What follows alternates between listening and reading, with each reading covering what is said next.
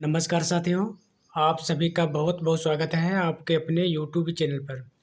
आज की वीडियो में हम लोग हिंदी साहित्य के अंतर्गत भक्त काल नामक टॉपिक आता है और भक्त काल नामक टॉपिक के अंतर्गत संत काव्य जो टॉपिक है, इसके अंतर्गत जितने भी महत्वपूर्ण तथ्य हैं जो परीक्षाओं में बार बार पूछे जाते हैं, उन सभी का हम लोग क्रम से अध्ययन करेंगे।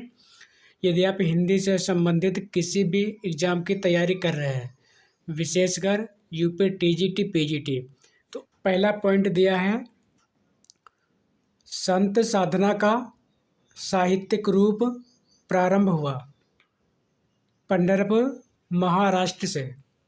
अगला पॉइंट दिया है ज्ञानाश्रयी शाखा के कवि हैं कबीरदास, दादू दयाल, धर्मदास, गुरु नानक, रैदास, मलूकदास इत्यादि। अगला पॉइंट दिया है निर्गुण संत कवियों में सर्वाधिक शास्त्रज्ञ एवं सुशिक्षित थे सुंदर दास। अगला पॉइंट दिया है श्रृंगार रस के घोर विरोधी संत कवि थे सुंदर दास। अगला पॉइंट है हरडे वाणी या हरडे वाणी एवं अंगबधू है दादू दयाल की वाणी के संकलन। हरडे वाणी का संकलन किया है संत दास एवं जगन्नाथ दास ने, जो दादू दयाल के शिष्य थे। अगला पॉइंट दिया है अंगबधू का संकलन किया रज्जब ने। अगला पॉइंट दिया है कबीर दास का संबंध है ज्ञान मार्गी निर्गुण भक्त धारा से। अगला पॉइंट दिया है निर्गुण ज्ञानाश्रयी शाखा का दूसरा नाम है संत साहित्य। संत काव्य नाम दिया है डॉक्टर रामकुमार वर्मा ने। अगला पॉइंट दिया है अजगर करे न चाकरी, पंछी करे न काम। इस उक्ति को कहा है मलूक दास ने। पॉइंट दिया है रज्जब अली खां के गुरु थे दादू दयाल। परीक्षा उपयोगी महत्वपूर्ण तथ्य। कबीरदास के गुरु थे रामानंद। कबीरदास की पत्नी का नाम था लोई। अगला पॉइंट है तुलसीदास, सूरदास, कबीरदास तथा जायसी में से आचार्य रामचंद्र शुक्ल ने सबसे कम महत्व दिया है कबीरदास को। अगला पॉइंट दिया है भाषा बहुत परिष्कृत और परिमार्जित न होने पर भी कबीर की उक्तियों में कहीं कहीं विलक्षण प्रभाव और चमत्कार है। प्रतिभा उनमें प्रखर थे, इसमें संदेह नहीं। इस कथन के लेखक हैं आचार्य रामचंद्र शुक्ल।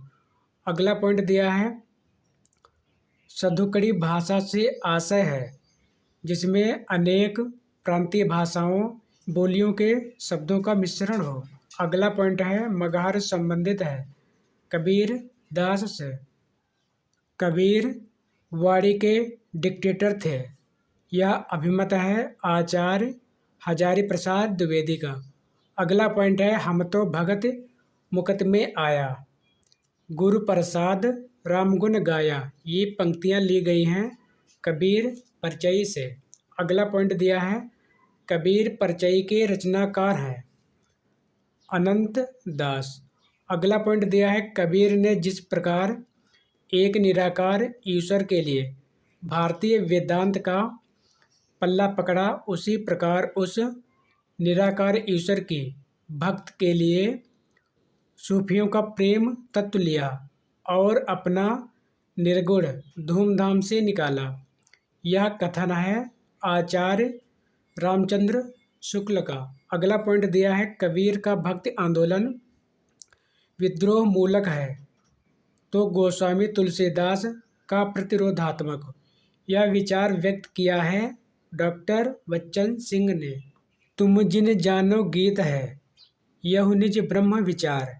यह कथन है कबीर दास का। अगला पॉइंट है कबीर के उलट बासियों में प्रमुख रस है शांत रस।